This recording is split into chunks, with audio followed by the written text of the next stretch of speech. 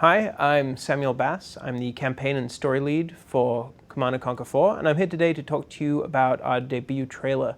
We give you some behind-the-scenes information, some story factoids, and some other fun stuff, so you really know what's going on with the trailer.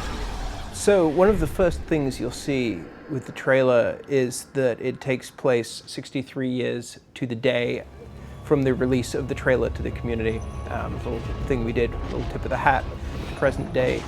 So what we have here is a flight of GDI orcas escorting someone across a field of Tiberium, the Tiberium-stricken city of Manchester.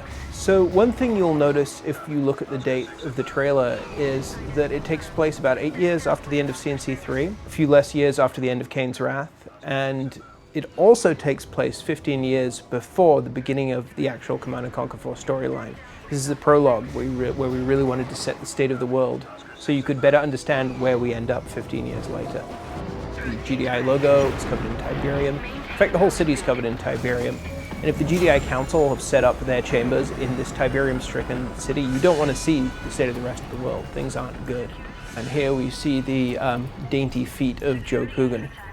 Now, while this, within the context of the trailer, is the GDI Council chamber, where we actually shot this was a real location. This is the LA Times building in downtown LA, which both has great, creepy, kind of science fiction-y corridors, and also a spectacular Danish modern conference room that we really wanted to use, and that became the GDI Council chamber.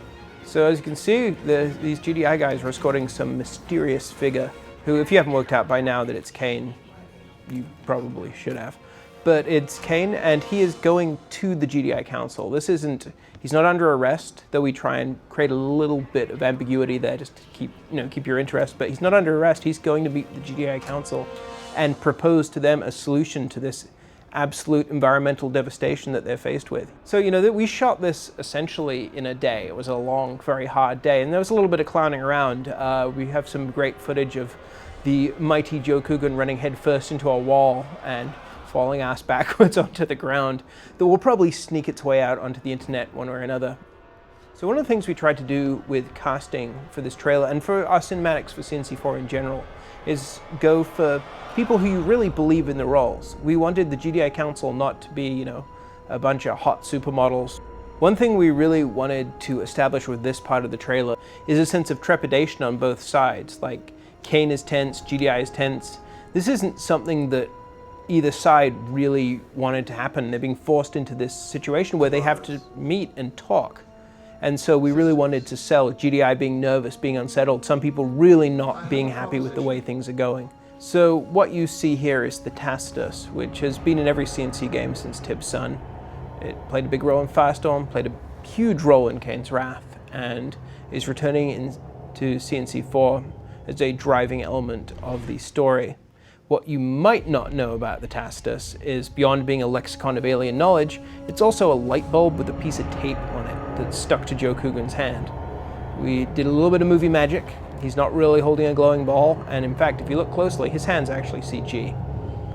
And now, Command & Conquer 4 logo, which is a good opportunity for me to plug our Name the Game competition.